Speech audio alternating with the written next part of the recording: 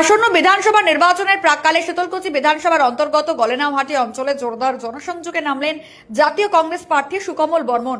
বৃহস্পতিবার তিনি এলাকার একাধিক বুথে বুথে ঘুরে সাধারণ মানুষের সঙ্গে সরাসরি যোগাযোগ স্থাপন করেন এবং দলীয় কর্মী সমর্থকদের নিয়ে নির্বাচনী কর্মী সভায় অংশগ্রহণ করেন।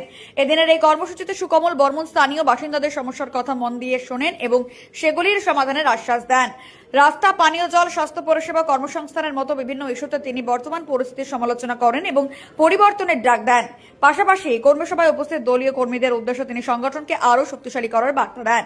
প্রত্যেক বুথে বুথে সক্রিয়ভাবে কাজ করার আহ্বান জানিয়ে তিনি বলেন, মানুষের পাশে থেকে কাজ করাই আমাদের মূল লক্ষ্য। মানুষের আস্থা অর্জন করে আমরা এগিয়ে যেতে চাই। স্থানীয় কংগ্রেস নেতৃত্বের পাশাপাশি বিপুল সংখ্যক কর্মী সমর্থকের উপস্থিতি এদিনের এই কর্মসূচিকে প্রাণবন্ত করে তোলে। রাজনৈতিক মহলের মতে নির্বাচনের আগে এই ধরনের জনসংযোগ কর্মসূচি ভোটের সমীকরণে গুরুত্বপূর্ণ ভূমিকা নিতে পারে।